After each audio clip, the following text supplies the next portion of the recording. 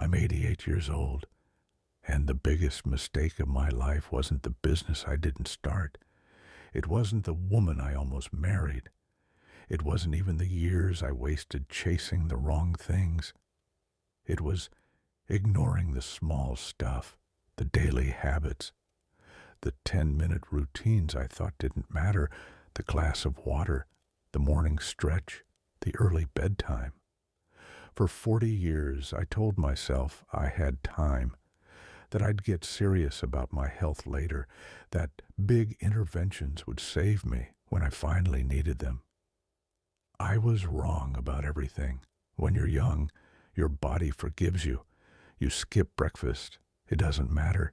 You sleep 4 hours. You bounce back. You sit all day. You feel fine. Your body is a generous bank account, and you're making withdrawals without thinking about the balance. You think that account is infinite. It's not. I'm sitting here now with a pill organizer that looks like a week's worth of bingo cards. 12 medications, morning dose, evening dose, one with food, one without. My kitchen counter looks like a pharmacy, and every single one of those pills is treating a condition that started small, started preventable, started with habits I ignored. Let me tell you about Daniel.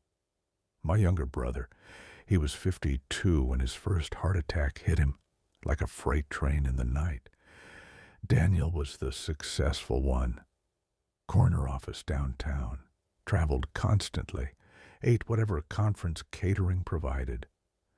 I'll eat better when this project wraps up, he'd say. I'll join a gym next quarter. I'll get serious about my health when I'm less busy. The heart attack didn't care about his schedule. He survived that one. Got the wake-up call. Cardiologist handed him a list of changes, simple things. Walk 30 minutes a day, take the medications, reduce salt, drink water, sleep 7 hours. Daniel nodded through the whole appointment, filled the prescriptions, then went right back to his routine because changing felt hard and continuing felt easy. The second heart attack came 3 years later. He was 55. That one killed him. I was at his funeral thinking about all the conversations we'd had, all the times I'd suggested he slow down, all the times he'd waved me off with, I know, I will. And here's the thing that haunts me. I was giving him advice I wasn't taking myself. I was ignoring the exact same warning signs, just in different ways. Because that's what we do. We know better, but we don't do better. You're doing it right now, aren't you? You know you should drink more water. You know you should move your body.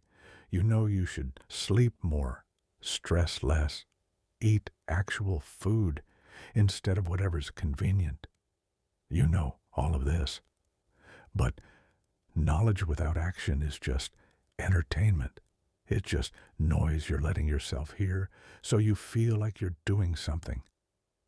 Let me be clear. I'm not talking about becoming an athlete. I'm not talking about training for marathons or eating nothing but kale smoothies or waking up at 4 a.m. to meditate for 3 hours.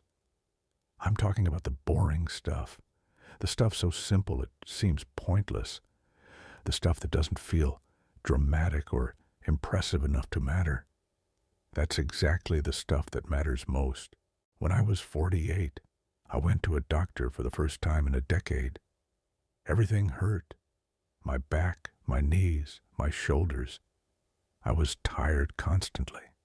The doctor ran tests, told me my blood pressure was high, told me I was pre-diabetic, told me I needed to make changes. He wrote it all down on a little sheet of paper, exercise suggestions, diet modifications, stress management. I looked at that paper and thought, this is it.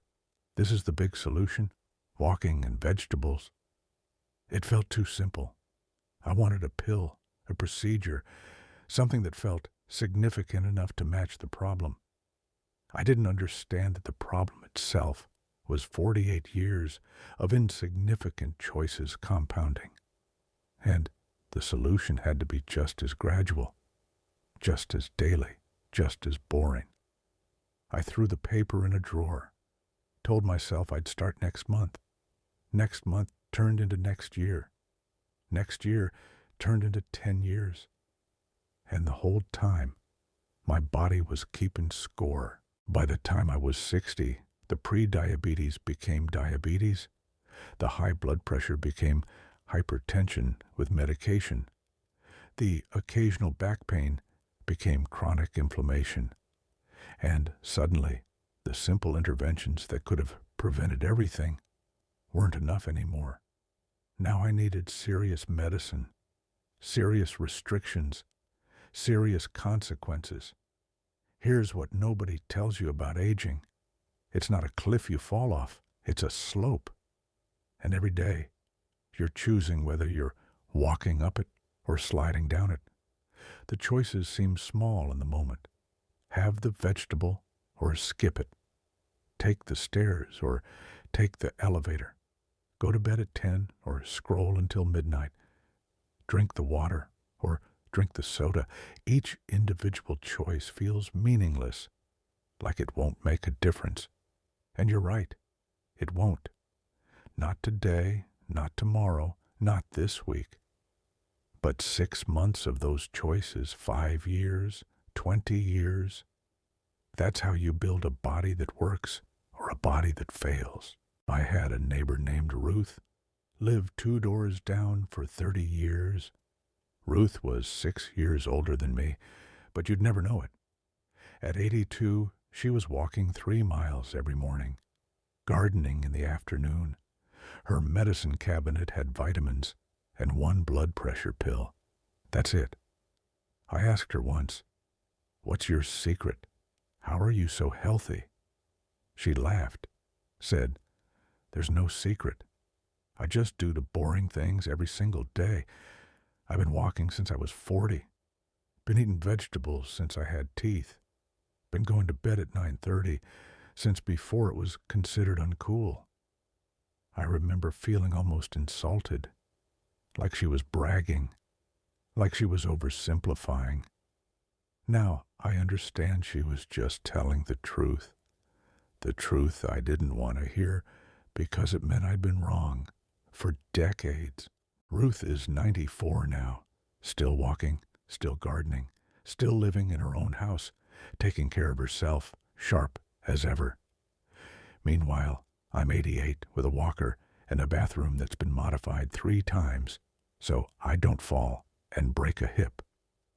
The difference between Ruth and me isn't genetics, isn't luck. It's 40 years of small choices made consistently. She chose the boring discipline of daily habits. I chose the exciting freedom of doing whatever I wanted. She's thriving. I'm surviving. And that's the part they don't show you in the movies. The consequence of neglect isn't dramatic. It's not a sudden collapse. It's a slow erosion of independence, of dignity, of options. You want to know what real regret feels like? It's knowing exactly what you should have done and being too late to do it. It's watching someone younger than you live the life you could have had if you'd just paid attention. So here's what I'm telling you. Not suggesting, not recommending, telling you. 1. Drink water. Actual water. Not coffee, not soda, not juice pretending to be healthy. Your body is mostly water. When you're dehydrated, everything works worse. Your brain, your joints, your skin, your energy. 8 glasses sounds like a lot until you realize it's just 1 glass every 2 hours. You spend more time scrolling than it would take to drink enough water. Start there. 2.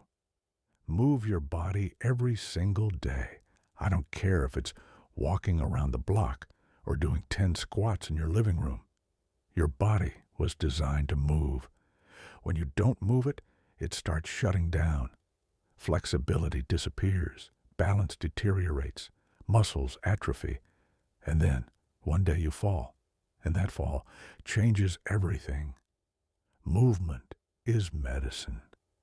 Free medicine. Take it. 3. Sleep like it's your job, because it is. Sleep is when your body repairs, when your brain cleans itself, when your immune system recharges. You're not being productive by staying up late. You're not proving anything. You're just stealing from tomorrow's energy to fund today's scrolling. 7 hours minimum, non-negotiable. 4. Eat real food. Food that had a mother or grew in dirt. I'm not saying never eat junk. I'm saying don't make junk your default. Your body is building itself from what you eat. You're giving it either quality materials or garbage. When you're 30, it can work with garbage. When you're 60, it can't. Start caring before you have to. 5. Take the pills. If a doctor gives you medication, take it consistently at the same time, every day. I know people who'd rather take their chances than take a pill. You know what's worse than taking a pill? Having a stroke, having a heart attack, collapsing because you thought you knew better than medicine. Your pride is not worth your life. 6. See the doctor even when you feel fine, especially when you feel fine. Problems caught early are problems that can be fixed. Problems ignored become crises. That weird pain you're dismissing, that fatigue you're blaming on stress, get it checked. You're not bothering anyone. You're being responsible. 7. Stop saying you'll start later. Later is a lie you tell yourself to avoid discomfort now. There is no perfect time. No moment when it'll suddenly feel easy. It's always going to require effort. The only question is whether you make the effort now when it's small or later when it's enormous. I look back at my life and I see 1,000 moments where I could have chosen differently. Moments where the right choice was obvious and available, and I picked comfort instead, picked convenience instead, picked later instead. And now, later is here, and it's too late for prevention. Now I'm in damage control. Now I'm managing conditions instead of avoiding them. Now I'm dependent on medications and devices and other people's help for things I used to do without thinking. You think you have time? That's what I thought. Time is the biggest lie we tell ourselves. You don't have time. You have today. And what you do today becomes who you are tomorrow. I'm 88 years old. I ignored the health habits that mattered for 40 years. I thought I'd deal with it later. I thought big interventions would save me. I thought wrong. Don't be like me. Don't wait until your body is screaming at you to finally listen. Don't waste decades that you can't get back. Don't trade your future mobility for present convenience. The boring daily habits you're ignoring right now, those are the difference between aging gracefully and aging painfully, between independence and dependence, between living and just existing. You still have time, but only if you stop pretending you have forever. Start today. Start small, but start. Your 88-year-old self is watching, and they're begging you to care now so they don't have to suffer later. Listen to them.